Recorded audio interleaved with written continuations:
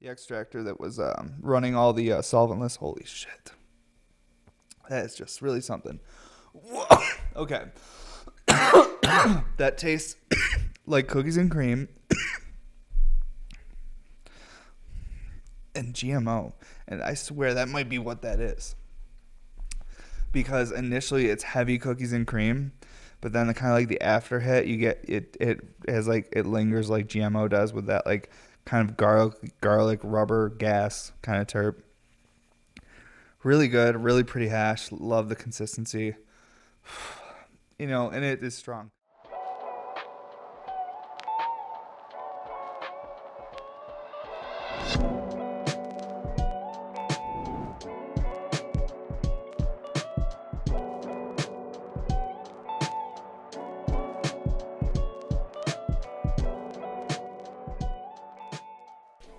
All right. What's up, everybody, and welcome to episode 64 of the podcast. Super excited to be here today to kick it and relax. If you guys have never watched this podcast before, essentially what this is, it's an hour of just hanging out talking. We talk about glass, we talk about the different terpenes on the table and flour and all sorts of things, but also we talk a little bit about life, small business owner stuff. It's just a really vast mix of things. On today's episode, I have a couple different pieces to smoke. I have a 10mm mini double diffuse. I have a 14mm triple double, which we never have clear 14mm triple doubles on this on the podcast, not often, anyways. And then the terps I have on the table today, I think it's called Dirty 30 is the name of it, but this stuff like looks like marshmallow. It's so white and it's really terpy and just like. It's the type of hash that I can kind of like smoke all day. I don't know if like not all of us are lucky enough to have such variety as we do here in Colorado, but I've gotten to the point now in Colorado where it's like there's certain hashes and I'm like, yeah, I could take like one dab of that a day, but that's just so like strong and intense that like it just like knocks me down. This Dirty 30 stuff here is like perfect. It's like strong, but not so strong that like I can't get my work done. Like I can enjoy being like stoned. I can enjoy the dabs and like or there's that sour papaya that I have. I take a dab of that shit and I'm just questioning life. I'm like, I'm so high. Like I start thinking I can't see my eyes, but I never could see my eyes unless you look in a mirror. So also too, I start thinking about things like macaroni and cheese should come with 2 packets of cheese in there. I'll pay more because the 1 packet of cheese isn't enough sometimes. Maybe you're like, I want some extra cheese in there. There should be a box that you pay for that comes with an extra little bag of cheese. Marketing technique. It would work. There's a lot of people out there that would do it. But back to what I was saying. Don't forget to sign up for our newsletter. That's important because if you sign up for that, you can stay up to date on all of our drops, giveaways, and everything with Bear Mountain Studios. We have accessory drops coming up for Terp Slurper sets. And then we have a Sunday sale on the 27th. So that's going to be next Sunday. So you guys will get to watch this and then be like, oh, get ready for a whole week. It's the following Sunday, the 27th. So we got a big Sunday sale coming up that day. It's going to be a big one too. And then the following Thursday, there'll probably be an accessory drop. If my wife's cool with Thursdays, I got to make sure that was a good day for her still. Because last time we did those RBR spinner caps, like, it was a little bit intense for her. She was like, dude, we could not do this on Thursday like this again. Because it's tough. It's tough, like, because she had to, like, work on the drop kind of through the night. And, like, usually once the kiddo gets home from school, me and the wife are like, all right, we're not working until she goes to sleep. And she had to like work while the kiddo was home, so she was a little frustrated. But so I'm like, maybe we'll do it a little differently next time. Like we'll set up the whole drop ahead of time and then just schedule it for a day. So we just hit a button. We'll figure it all out though. Don't need to figure it out here on the intro of the podcast. But I'm smoking some Crescendo today. Really good. Really, really good. Got it from a cut above. Really enjoying it. Fuck. So yesterday I had a guy hit me up on Instagram and because I made a post because someone sent me an old video. This guy on Instagram sent me an old like clip of me from 2013 at my first trade show talking to Token Daily, Paul Token, or I'm not sure exactly how he likes to be referred to as these days, but that's what he was, I think, referred back in those days on YouTube. He was a big time YouTuber. He was actually someone that I used to watch when I lived in upstate New York before I ever went to Colorado. I would actually like just sit in my little fucking shitty garage. I had a 2-car garage I lived in. I would like sit in there and just like, it was all redone. So it was a house, but it was like this really little, like kind of like not great house, but we made it work and we were happy there and made the best of it. But I would just sit in there and watch YouTube videos and fucking smoke weed and stuff, kind of similar to what maybe you guys are doing right now. And it was like the weirdest thing. It was like literally a year later, I was like in Denver at a trade show. Now I'm a glass blower, and who comes up to my table is Paul Token, the guy that I've been watching the last 3 years on YouTube. And he like wants to like talk to me, but I think it's because I was so excited to talk to him. And he was like, oh, cool, this guy's probably easy to talk to. He actually wants to talk to me, and he knows who I am. So we chatted, he did a little interview, and I talked about my glass. And at that point, I had only been blowing glass 6 months. I got my torch set up. I got my torch April 21st. We weren't able to get it set up till April 29th. So from April 29th to October 4th, I blew glass nonstop. And I was actually landscaping during the day too. I was waking up every day at 5:30 in the morning, getting ready, getting to the shop because I worked for a landscape company, and then I had my own landscape company too that on the side. Oh, there was just so much I was doing. And then I'd get home from work at 5:30, 6 o'clock at night after doing fucking moving brick all day and putting in paver paths or doing marble work. So I did a lot of hardscape installation. So it was heavy lifting. It's big shit. And your hands are just beat up from getting smashed by brick all day. And then I'd be like, all right, time to blow glass all night. And I'd blow glass from about 6:30 till about 3:30 in the morning. And then I'd go wake back up again at 5:30. I was sleeping maybe 2 hours a night and just working super hard labor. That's why when people watch me grind now, I'm like, guys, you don't know how much easier this is. That I wasn't even able to smoke weed when I was killing myself either all day at working there. I had to wait till I got home. I get to smoke weed all day while I'm working hard here in Bear Mountain Studios. I love it, and I'm at home. But my point is I'm conditioned for all that type of work. So I made this whole post, and someone that supports the podcast, and they support my work, and I think they just started blowing glass too. What is your name? I'm seeing the Instagram profile, but I can't think of his name right now. But he left a comment, and he was like, were you really blowing glass 6 months? He's like, how are you making a recycler after 6 months? Like, how are you at a trade show selling them? You have the fire on decals on the pieces already, all these things. And he said he's a weekly watcher of the podcast and stuff, so I want to break this down on here. And not just for him, but for everyone that's watching that's maybe new, because he said he didn't watch early episodes. So that means he hasn't heard some of these, stories and background and stuff with certain things. So I'll just go into it just a little bit more. So as far as me blowing glass for 6 months and then being at a trade show and having 5 different recycler designs there in different variations from clear to fully colored, so that I had different levels so that you could sell stuff to different shops. Oh, these are in the $150 price range. I have stuff in the $250 price range, and I have stuff in the $350 price range. So having all these different levels of the same piece made it easier for me to gain sales from all different stores. So that's why I was able to sell that booth out the first time I went to a trade show there with these recyclers. But the reason I was able to make recyclers so quick is because it's all I made. The first piece I ever made, the first pipe I ever made, I made it at Corning Glass Museum. And I made it there at the end of a class where they were just showing us how to turn on a torch and melt solid rod. I had to go buy tubing from a store outside Corning and basically bring it in there and not tell them what I was doing with it. At the end of the class, they gave us some free time, and I made a pipe real quick and benched it and brought it home with me. And the pipe was a bubbler. So essentially, it was a push bowl with a down stem that went down, so you could pack a bowl, had a carb on the side. It was just an old school flower bubbler. And I made that. That was the first piece I ever made, and that was actually in 2012. So that was at a class I did in 2012, and I think in around November or whatever. But it was it wasn't a class where you go to a Yushin class or something. The class I went to was when your grandma and grandpa sign up for a pottery class at their local museum, and they go there just to kill some time for the day. That's what I went and did, but with at a glass blowing museum with it was all old people. And now saying museum, I realize I don't know how to say that word. It seems like you can say it a few different ways, but we'll figure that out later. So these this class wasn't anything pipe. They even told us you cannot make pipes or anything here. This is we're just working on torch safety and solid work. Well, I did that class, and then I had that itch where I was oh, I want to blow glass, but it's really hard to start blowing glass. It's expensive. It's hard to get the tools, and I didn't know what I was doing. I didn't really learn anything from the class. I didn't know how to set up the torch or anything really about it. I was so just distracted by all the ideas I had going off in my head that I couldn't even hear the teacher that was trying to tell me what to do. So then in 2013, in April, I finally was able to acquire my torch. It took about 6 months to get my torch. So I touched glass in 2012, but wasn't able actually to start practicing every day and pursuing it until 2013 when I got my first torch. And that was in April. And then, like I said, from the end of April to the beginning of October, I crushed nonstop. And the only thing I tried to make was recyclers. The second piece I ever made was a recycler. Like, the only things I wanted to make was recyclers.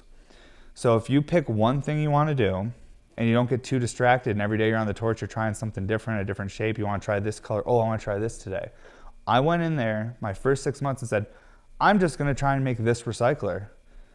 And I had all these different variations after 6 months because I found all these little things I could change about the same design to make it different.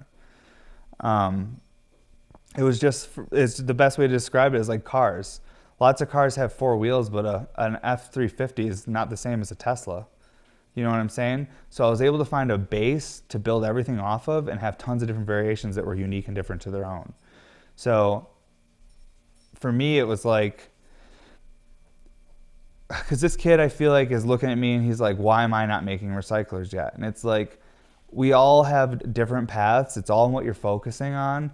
And we all have different like speeds of progression and different things. There's always plateaus. There's always points where you grind and you're doing really good. And then it just levels out for a while and you're kind of like stagnant. You're like, fuck, like I feel like I haven't learned anything. What's going on? That's all part of the journey. Also too, I'll tell you what, this might be more of an opinion-based thing, but as far as with glass blowing, it's about the tools too sometimes. I knew what type of torch I needed to get in order to make recyclers. Because I tried a torch at Corning, and it was a Carlisle, CC Carlisle or whatever, and you can make anything you want in those. One of the best torches ever. But for how I was blowing glass, how I like to work at least, I was like, I need something with more heat.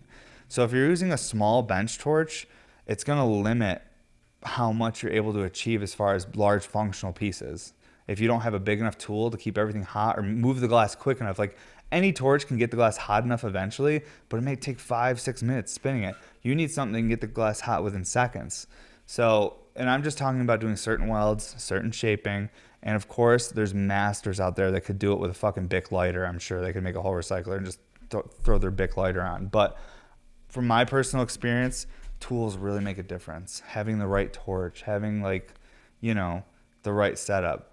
But yeah, so my first 6 months, that's all I was focusing on is recyclers. So yeah, I was making recyclers and I was at a trade show. And as far as like the Fire On decal thing goes, I had a glassblower hire me to dig a large hole on their property so they could put in a pool for skateboarding. Basically, they just wanted to pour like a bowl, like a concrete bowl for skateboarding. And when I did that, I went into their studio and they showed me a few things. And I saw, oh, you just order sheets of those and then you like put them on and you fire them in the kiln. And now you have a decal on your piece. Just because I was a collector of glass myself, I had like Toros and Sovereignties and like just a bunch of different like clear tube production stuff. And they all had bake on those decals. They'll say like, Toro on it or whatever. And I was like, how did they get those on there?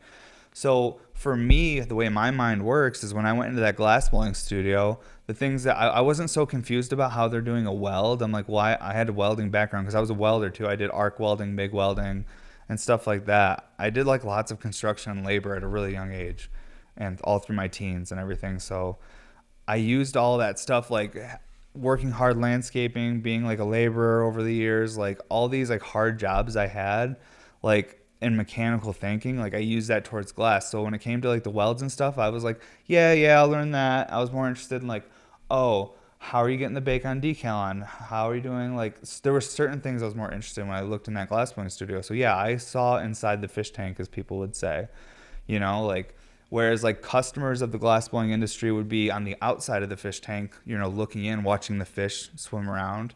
And then the glass blowers, we're on the inside of the fish tank. We're in there. We're seeing how everything actually functions and works, what materials and everything, where everything comes from. So I saw inside the fish tank for a minute and I was like, oh, okay, cool. So once I get my torch in April, then I need to order these type of bake on decals. I need to order this tool right here. Oh, that's how they ship that. Perfect.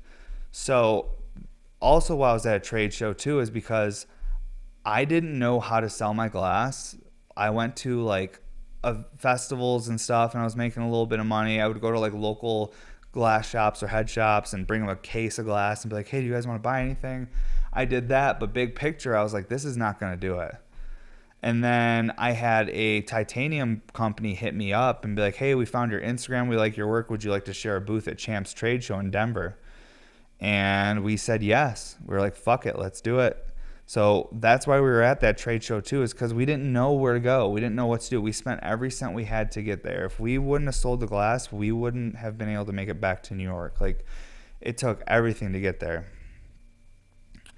Oh my God. You know what the funny part is when I got there and I was like selling glass, like, no lie, like, I met a store and they were a store owner and they were super hyped up on the work, and they bought a piece, and we had to sign like a check or our address or something for them to mail us something. And then he saw my address and he was like, oh, I see you live here, you must know so and so. And this was the glass blower that I had dug that hole for. And I was like, yeah, he lives down the road from me, like, good guy, you know, like, I just actually like helped him out digging a pool or whatever. We moved a lathe for him, and it was all friendly and nice. And then later that night, no lie, that glass blower and his friends were really mad at me. So mad that they were leaving comments on these stores' pages, like, don't buy that guy's work, he's jank, like, don't support him. If you buy his work, we won't sell you glass anymore. And this was a big glass blower. So I was like, whoa, fuck, I'm not even out the gate and people are trying to burn me to the ground. But it was a big motivator. Honestly, when that all happened, now that I'm a little older and look back on it, it's all just misunderstandings and miscommunications and people's egos getting in the way. You know, ego will get the best of us. I don't have any hard feelings on anyone. That's why I won't say anyone's name or throw anyone under the bus. But I'll tell you what, at the end of the day, like, I'm here, and I just don't even fucking care if people like me or dislike me. I'm just grateful that I'm here. I get to do what I love to do. I get to make these pipes. I get to enjoy all the hard work the growers and extractors put into these beautiful concentrates and flour, like, and I get to make this podcast. I'm lucky enough to sit here and do this with you guys, so it's fucking awesome. But yeah, so in my first 6 months, there was a lot of hurdles, a lot of ups and downs, but I was only focusing on recyclers. And the reason this whole conversation comes up is because this kid said you were only doing that in 6 months, and he seemed a little discouraged. And then I had other people commenting to him like, hey dude, like, everyone has different paths. Like, you can't judge other people's progression on things and on your own. Like, it's just not a like productive way to grow. You can use other people as an example to strive towards, but you can't use it as like a comparison tool because it hurts you. It doesn't help you. So I saw a lot of people, and he was like, all right. And then I left a comment going like, yeah, I wouldn't recommend following my path. I went a little too hard. And then he commented back, leaving kind of being like, hey, dude, like, he's like, you have a home, like, you have a happy, healthy family, like, your studio is beautiful, you have, like, a new car, all these things. And, like, he's like, I don't understand. It seems like it was worth it to me. And that whole part, like, yeah, of course it's all worth it. Like, it's worth it for me. But my point is that I wouldn't recommend someone not do anything but work. You're going to get an outcome where, yeah, you probably will be financially good and you'll create a lot of things. But there's like a balance. There's a yin and yang to things. Like, there's like, if you're going to only be like working like that, you're going to miss out on like so much. Like, I moved to Colorado over 7 years ago. I've been home to visit New York once. I've seen my brother once. Like, I don't leave my studio. I'm very focused on what I'm doing, and it's a crazy, crazy thing. And it's what people don't understand too about me is, like, as much as I'm obsessed with this, it's also a necessity. But back to my point is about, like, you know, me making the comment being like, I went a little too hard, I wouldn't recommend it. I think you can be successful and still take Sundays off. I think you can be successful and still spend time and do little vacations and have fun and have hobbies. 3 years ago, I would tell you, oh, just grind all the time. I quit skateboarding. Even in the beginning of this podcast, if you go back to episode 1 through 15, I talk about all this stuff. You'll probably see a different Evan. But after 2020 and everything that happened, I'm like, I don't think you need to do what I did to be successful. I think it's a higher probability that you'll be successful if you work very, very hard, but it's also not a guarantee. But to break it down even more, when you're a 18, 19, 20-year-old person and someone tells you, hey man, you got to put like at least a decade in, do 10 years, grind and hard, that sounds like forever. When you're 18, 20 years old, that's half of your life that you've already experienced. 10 years ago, I was 10 years old. If you're 20, and you were a little baby. So when someone tells you you have to put 10 years into something, you're like, holy fuck, that's so long. But when you guys get older and you're 60, 70 years old, you're going to look back and go, why didn't I just grind for those 10 years? I would have been fucking set. It would have been only 10 years. What, I got to work hard, really, really hard for 10 years and build something? Things in time and perspective, it gets really messy is my point. And you don't have to grind all the time to be successful. It's just what I did. I got a lot done in my first 6 months of Blowing Glass with all the bad things that were happening. Everything that's been going on over the last year or two with everything in the world, I've continued to keep pushing. And I think it's the only thing that's kept me sane. So I'm going to rephrase my comment and say not that I wouldn't recommend it, grind, do your thing, but just know that you can still be successful without sacrificing so much experience. Now for me, for example, I have no regrets and I'm happy and love what I do. I am grateful that I worked this hard, because if I didn't work this hard, I'll tell you what, I had to work hard for 5-6 years to even get to kind of a point where I was making some money and doing things. And thank God I grinded that hard, because everything that's happened to me in the last year with my family, if I didn't grind that hard, we'd all be fucked right now. All of us would be fucked. So me working this hard made it so that all the bad things that have happened over the last year, I've been able to just take care of this person, pay for this, make this happen. Oh, you're stressed. What's making you stressed? How much is it going to make that? How much does it cost to make the stress go away? Boom, there's a check. Just take care of people. If I didn't work that hard for all those years and then all this stuff happened over the last year, I wouldn't be continuing to move forward. So sometimes you have to grind without a reason. You have to just grind and work super hard to be like, hey, I know that life is challenging and we have little to no control over anything that happens. However, I could build up fortifications to fight this war. And when I say fortifications, I mean money. I mean property. I mean build up things to fight the war of finances and protecting your family from someone that may want to take your home or take your business or take your car, whatever the fucking thing is. We haven't taken a dab yet. No. We've just been going off. I knew I should have waited to talk about all that until a little bit later in the episode, but I really wanted to talk about that kind of interaction I had on Instagram with that guy, because he's a big supporter and he's making good points. It's because I was being too vague about things, because I just assume everyone knows the story. You know what I mean? I assume too much sometimes. I like this torch better, I think. It's so loud though. Holy fuck. Put it in between the mics, so maybe it'll be a little quieter. But the amount of time I've put in, I don't regret a thing. For me, the amount of grinding and glass blowing I've done has been a real a mental thing I've been working through. We all have our trauma and things we've gone through in life, and glass blowing and just not really fucking hanging out with anyone and just figuring out my life and thinking, and it's what I needed. But I wouldn't recommend it for everyone. I feel like some people need hugs and stuff, I don't fucking know. I need to just stare at fire and think deeply with lots of hash and coffee and a little bit of less sleep. All these sleep deprivation, it's all just part of it. I'm training myself right now. It's conditioning. And if someone just took that snippet and listened to it, they'd be like, oh, what is he, an athlete, some sort of super runner? Oh, no, he gets high in his garage all day and make bongs.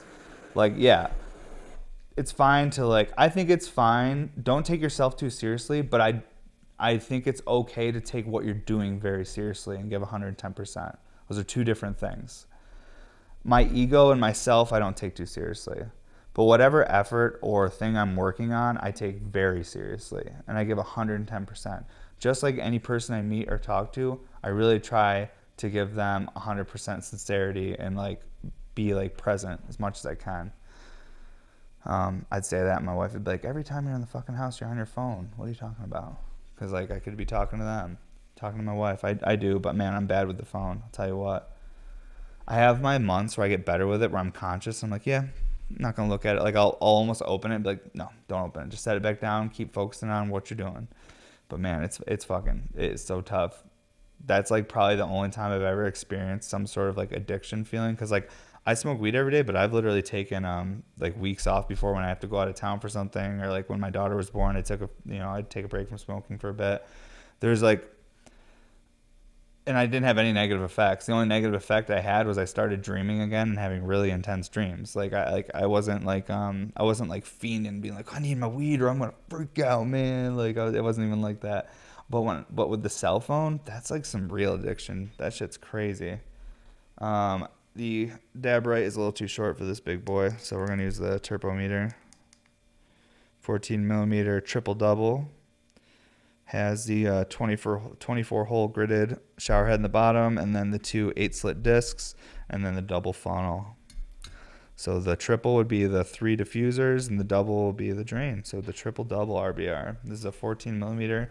It has a 10 mil converter in it right now. This is why this looks kind of funny. I wish I had a 14 mil nail. I unfortunately broke mine the other night. It was stuck to a paper towel, didn't notice it, and grabbed the paper towel, and the nail went flying and just smashed. So. Which is a bummer because it's the nail I used for that video that made it to World Star Hip Hop, where I had like 6 nails stacked on it. She was a strong nail. But I've been doing videos with this one lately, stacking nails and stuff, and it seems to fucking work great. Like it's, but the only thing is it's 10 mil, so that a little bit more restriction's annoying, especially on a big piece like this. Oh, this stuff's kind of dry. We got some Laser Cat here. See here. Ooh, nice low temper.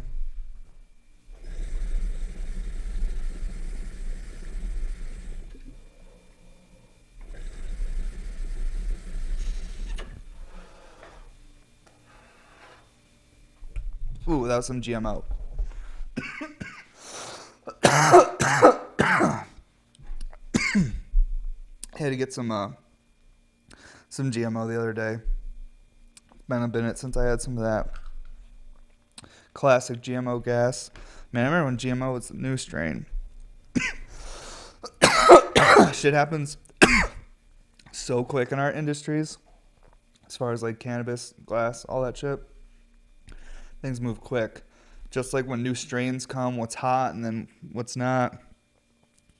Bro, I remember when Forum Cut, like Girl Scout cookies, like was hot and came out. Like Gorilla Glue 4, I remember when that was like people waiting in lines to get Gorilla Glue, like, and you couldn't get it. It would sell out too quick. Like, it's crazy.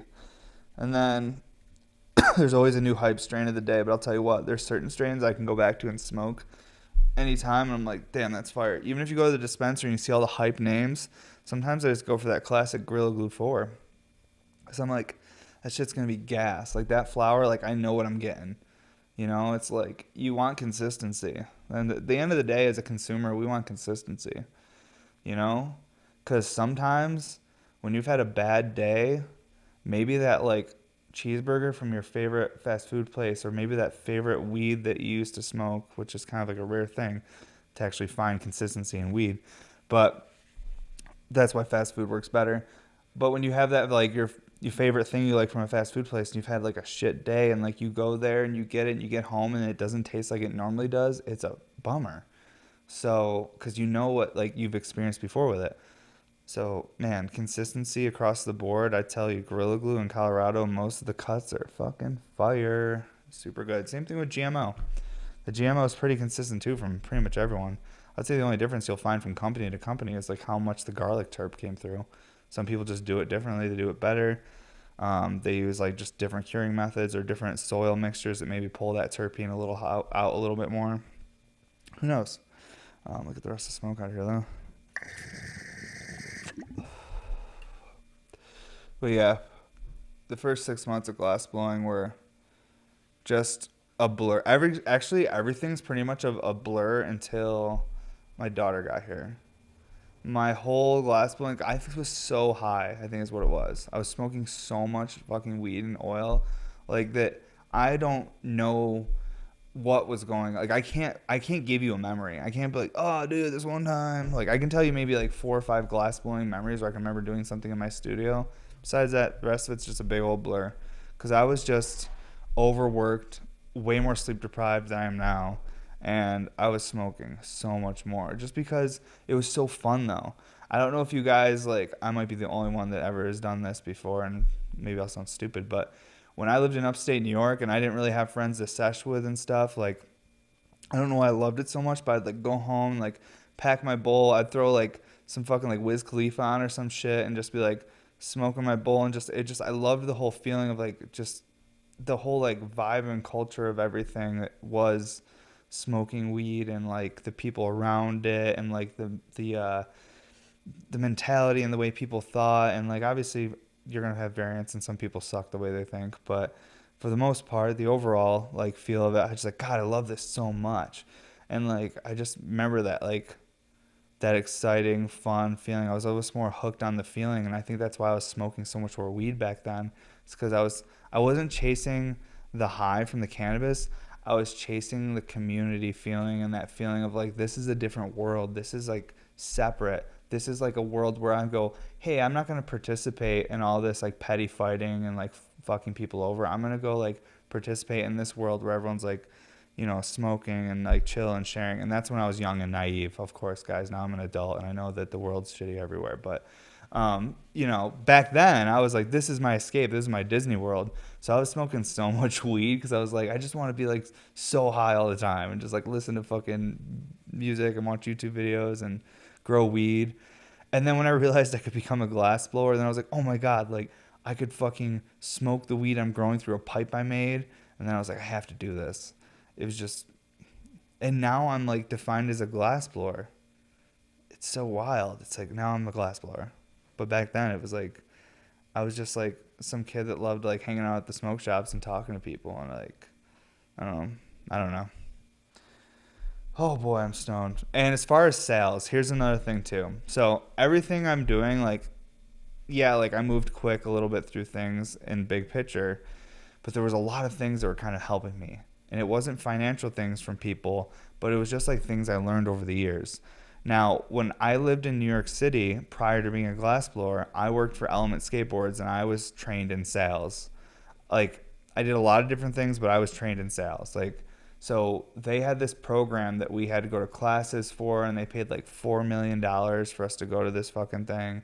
And we took all these classes, and then we had a trainer that came frequently and trained us like at like, you know, the stores and stuff like that. So we were super trained on sales, and we were trained to talk to people. And even as a little kid though, I was a talker. Like, I'd be the little kid that'd be like 6, 7 years old at the wedding. I'd be talking to everybody. I don't give a fuck. Like, but so I had training in sales. I had a good work ethic because I was like already been doing construction and like worked in New York City doing stuff. Like, I had accumulated all these skills over the years, and I was a high school dropout, but I feel like dropping out of high school gave me the opportunity to work more and learn more skills that got me where I am now. I feel like I'd do way better if I went to college now. At 31 years old, I feel like if I went to college now, I'd actually learn things. I'd actually gain like knowledge that would help me, and I would actually be able to like spread. Like, but when you're fucking like 18, 19, 20, at least where I was at, this is not everyone, but you're fucking like, it's like you've been like stuck inside your whole life and the doors are finally opening. At least that's how I felt because I lived in a little farm town. But even if you live in the center of like a city like Colorado Springs or Denver or something, maybe you still feel the same way. Where you're like, oh my God, I'm old enough. I can like go be someone. I can find out who I am.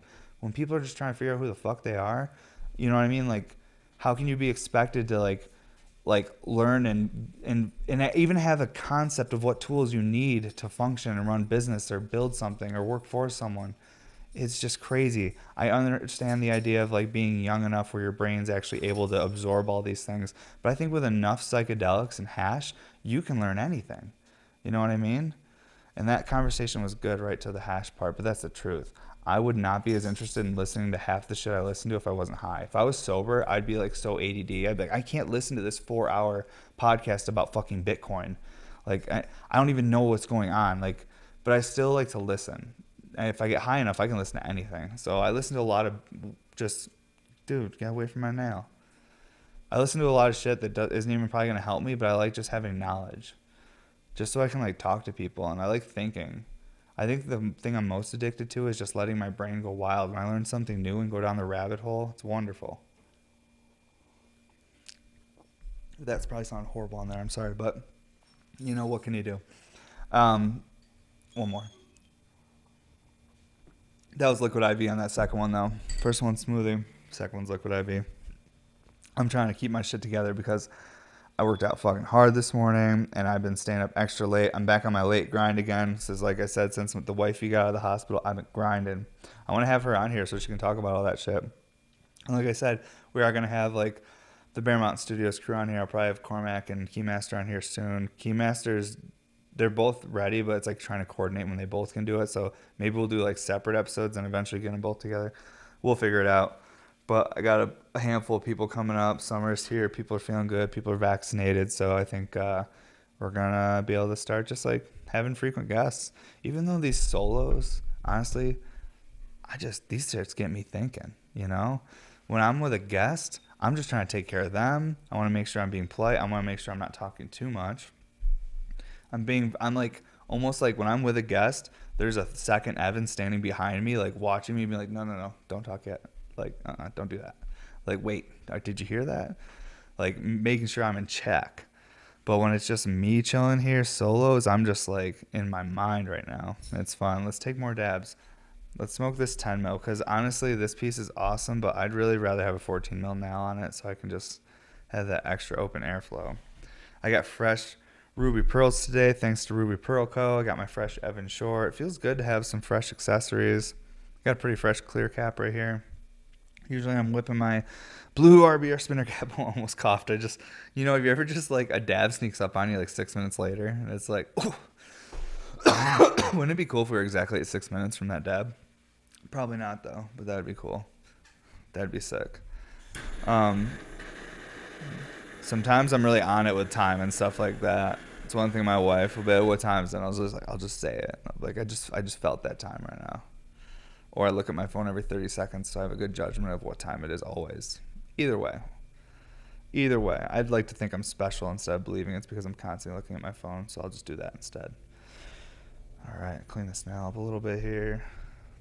Take a dab of this Dirty 30 now. I want to like show you guys this, but it's like gonna be semi-hard, but not really. Wait, we can do this. We got lights right there.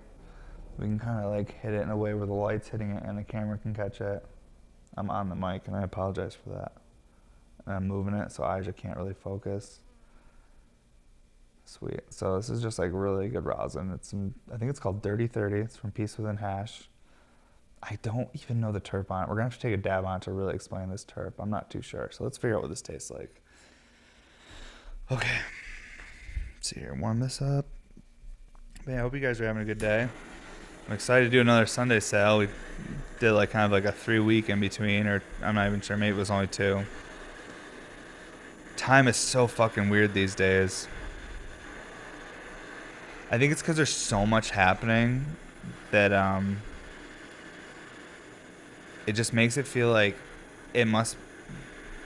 this must be happening over a 2-year period, but so many things have happened just in the last 4 months. It's like there's just a lot going on, at least in my personal life and the world. Tons of shit going on. I grew up in a small farm town. Like, I could literally we didn't have a gun, but I'm just gonna make an analogy of how there was no one around me. I could shoot a gun in any direction and not hit anyone. But I grew up in a place where there was nobody. So I think now that I've lived in New York City, like I lived in Denver, now I live in Colorado Springs, like I've lived in all these different, metropolitan areas, and I'm starting to understand why people move out into the country. And because like as a little kid, you're like, why would you live out here? There's no kids to play with. There's no fucking like candy or stores or there's nothing. But as an adult, you're like, oh my God, for me to be a good person, I might need to be at least 25 miles away from people. Like, you know what I mean? Like, it's fucking tough.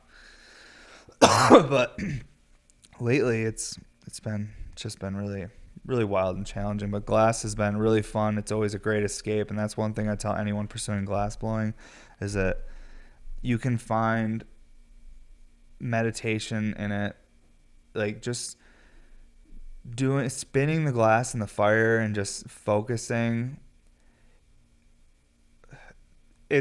You have to focus so much while you're blowing glass, not just on what you're doing, but just on like just not to hurt yourself. You're working on something that's hot. So even if your consciousness isn't focusing, your actual mechanics in your body are telling you, hey, fire, hot, there's danger here. So like you're just like in this almost like hyper focused state, just staring at the fire and working. And when you get there, it's like this meditative place, at least for me, where you can work through things. You can think about like, maybe people that have hurt you or done you wrong and work through it yourself, or think about things that maybe you could have handled differently. And it's just a crazy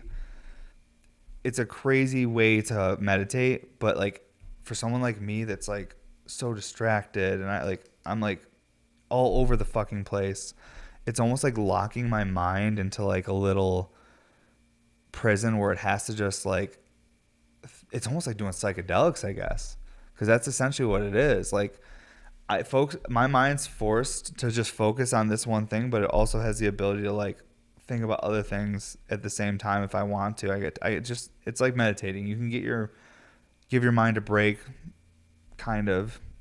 Not for everyone. It only works for people that probably have like severe ADD or like really just hyper, have a lot of energy. I'm gonna have to throw just a tiny bit of heat on this because cooled down just a little bit. But see, we only needed a little bit. But for me, that's my process. What works for me. I'm like learning tools to figure out how to function in this world with how fucking crazy I am.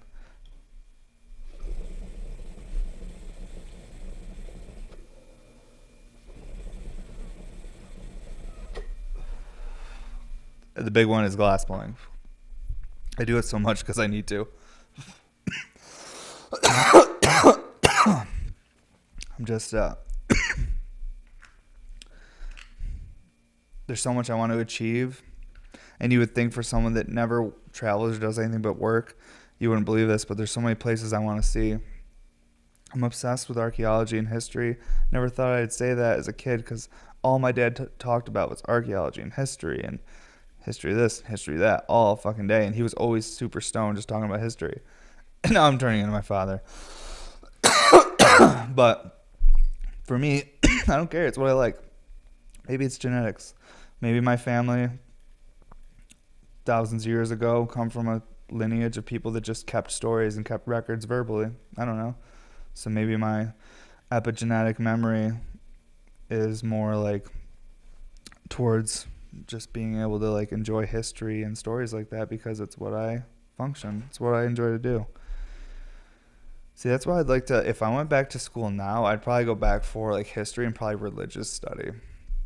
And not because I'm a religious person or go to church or do anything like that. And I don't frown upon it or anything. I'm just not anymore. But I do religious study because that shit is so interesting. Like, because like all these major religions seem to come from one source, but it's like it's like different people's perspective of the same story. I'm talking world religion. It's like all different. I want to see kind of like big picture. I don't want to just focus on just one. I kind of want to just see like big picture on like, because it's a really interesting thing that humans seem to do. But yeah, I'd like to learn about that kind of stuff. Man, this pipe is sweet. This fucking Haterade Blue Slime blend. This piece, I was adjusting something and then like I took it out of the kiln and it checked and I was like, oh man, I could fix the crack. That's the thing. You can't even see it. Like I've tried to show everyone the crack and most people can't see it, but it's like internal. It's like in there.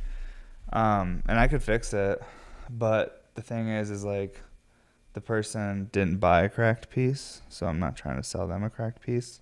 So I'm making a brand new one. Actually today, it's Wednesday. That's what I'm doing today. It's making this freshie so it can go out. So this is my new personal one. So me and the homie are going to have matching pieces.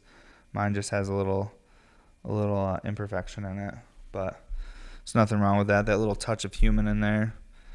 That's that one thing that I'm not sure which artist said it, but I think there's a handful of artists that have done it over the years where they make something perfect and then right at the end they'll put like a finger mark or a scratch or just mess it up a little bit just so that the human mark is on it. Like now it's imperfect. Now it's been made by man. Like, because back in the day, people, and this is a religious thing too. Back in the day, people, you didn't want to like trying to achieve being perfect was trying to be like godly, which is then trying to be like above or equal to God in some sort. So like being imperfect was like almost like I feel like it was like a cop out for people back then. It was like, yeah, it's fine to be imperfect. You're being more godly or religious or whatever. I don't know. Probably different in different parts of the world. That's why I would have to go to college and learn. I have no idea. But I'm gonna do another dab on this one because that was actually perfect with this 10 mil nail. Like that was perfect. This I really want a 14 mil nail for. 10 mil was really nice on here.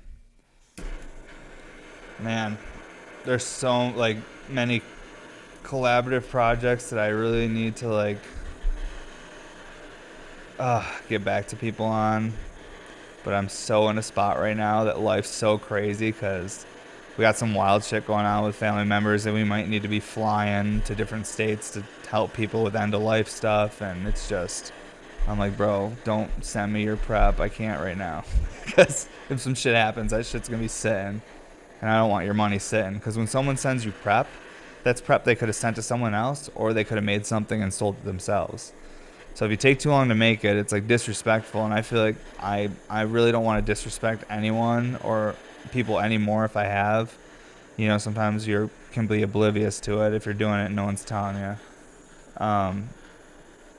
But when I start like actually taking on these collabs again and really going after them, like I want to be in a place where I'm like I can take time and just like enjoy the collab and not feel so pressured just from like life and normal shit going on.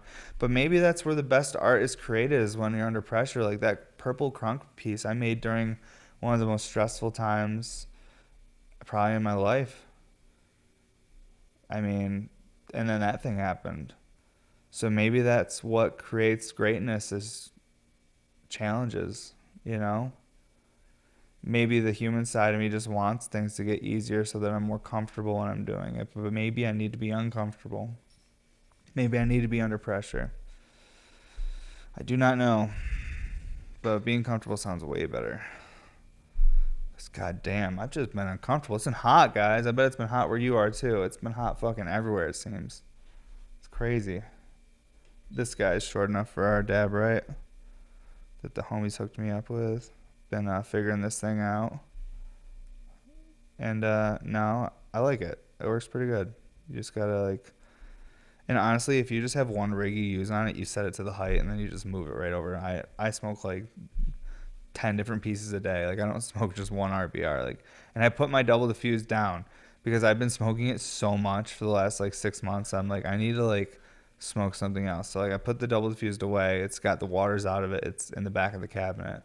So now I'm like doing the 10 mil mini double with 14 mil triple double. I'm just switching some things up. I just got to get a new nail for this thing. And I like, on my dab right, I like to take mine at like about 550, 560. I'm not sure what the temp is in real life because I don't think any of these temperature readers are quite super accurate. I'm sure they're off. But it's almost like trial and error. See, my alarm goes off at 600. That's when the homie wants me to take it. But like I said on another episode, I think he might have been mad at me because that's too spicy for me. Too hot. So I'll let it chill for another second. Okay. Man. What do I got here? Oh, I don't even have anything on my dabber. I was like looking. I was like, what kind of dab did I scoop? Nothing. There we go. Beautiful. Stuff is so light colored.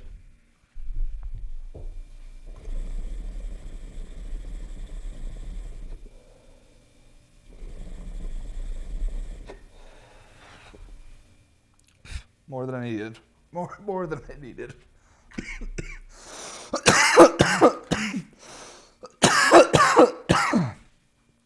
Okay. Dirty 30. Let's talk about the terp. So, I'm getting like, I don't know if you guys have ever had cookies and cream. I can't open my eyes, just so you know. I don't know if you guys have ever had cookies and cream from Exotic Genetics. It was like one of their staple strains that they won numerous cannabis cups with. And I believe Cuban Grower was the extractor that was running all the solventless. Holy shit. That is just really something. Whoa. Okay. That tastes like cookies and cream and GMO. And I swear that might be what that is. Because initially it's heavy cookies and cream, but then the kind of like the after hit, you get it has like, it lingers like GMO does with that like kind of garlic rubber gas kind of terp. Really good, really pretty hash. Love the consistency. And it is strong. It's a bit stronger than that Laser Cat I have. But I don't, this came out of a frigid dispensary. I don't know how long it's been there or whatever, and this is like mega fresh. Like was brought to me the day it was ready. So that has a lot to do with terpene profiles and all those different things. So rarely do I judge people's hash in a negative way. There's certain things you can judge. Like you can tell when someone didn't have clean water. Like the water had something going funky with it. You can tell when someone didn't use good material. You can judge all that. But Laser Cat's material and everything, at least in my experience, has always been super fire. And I bought 2 grams of this GMO and I'm stoked. I bought this last night and I already smoked the whole gram almost. Just because it's just one of those terps that, like I said, consistency. And it's awesome. And when you like what you like, stick with it. What do they say? If it ain't broke, don't fix it. I think that's the old saying. Man, that was awesome. I don't think I need another dab, though. I'll tell you what. That shit was powerful. This next Sunday sale, boy, oh boy, guys. I'm really trying to have a few different things, but what I'm finding is now that I'm making some honey jars and stuff, it's going to mean there's like less glass. This is still going to be a bigger Sunday sale, but if I try to do like a handful of these honey jars, I'll probably have like one because I made one. And I'm like, I don't know if I have time to make that many. I almost have to take like a month off just to make honey jars. So we got to coordinate it. But I know there's a lot of you guys out there that want honey jar recyclers in the 10 mil version because I haven't re-released them. The last time I was making those was like, I've made a couple for people custom over the last 4 years, but I really haven't sold any to a store in over 4 years. So it'd be cool to re-release those. It's crazy how long I've been doing this now. It still doesn't feel long to me. Like 8 years doesn't feel that long to me. But when I was at year 1 and I thought about someone at 8 years, I was like, whoa, like that person's been doing it for a minute.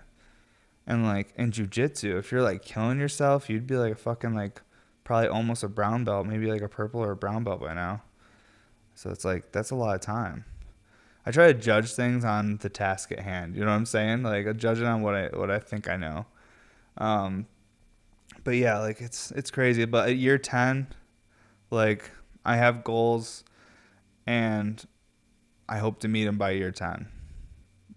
This year, we definitely have some big things happening. We've been completely like cleaning and redoing the studio. We've like added on like a portion where we can now have, basically we put up a carport and got my wife's car out of the garage too. So now we have a whole nother carport section where we're going to build out.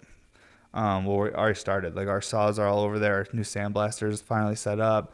We're going to set up our lapidary equipment, Dremel. I'm going to build a whole Dremel station because I have new projects I want to work on.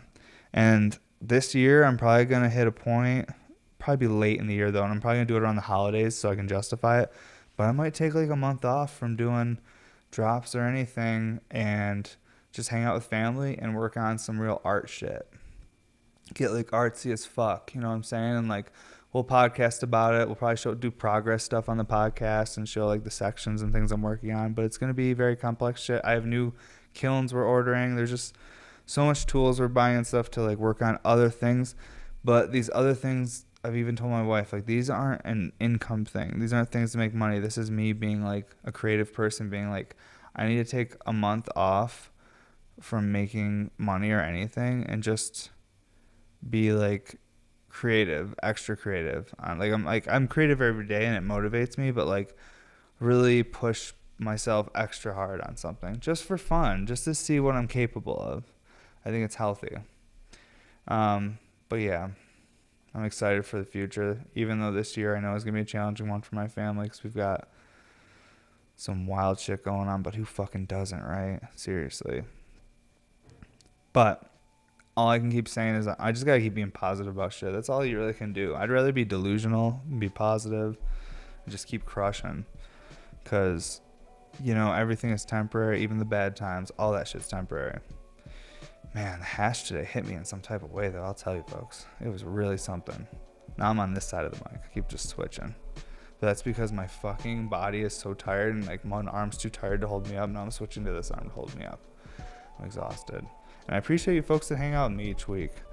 This has been a fun episode. I can't believe we've already fucking just cruised through an hour. It was nuts. Like, it's crazy. I was like, see, with these solos, sometimes I just get fucking lost. But we have the 27th, so not this Sunday, but next Sunday that this comes out. We have the next big Sunday sale. So make sure you sign up for our newsletter at bmsglass.com, and then you just get email notifications about those Sunday sales and drops. And definitely going to have another giveaway coming up here very, very, very soon because it's been about 3 or 4 weeks since I've done one. I think 4. But yeah, appreciate you folks. This is the What's Up Everybody podcast, episode 64. I can't believe episode 64. That's crazy. All right, guys. Thank you so much. Have a great day.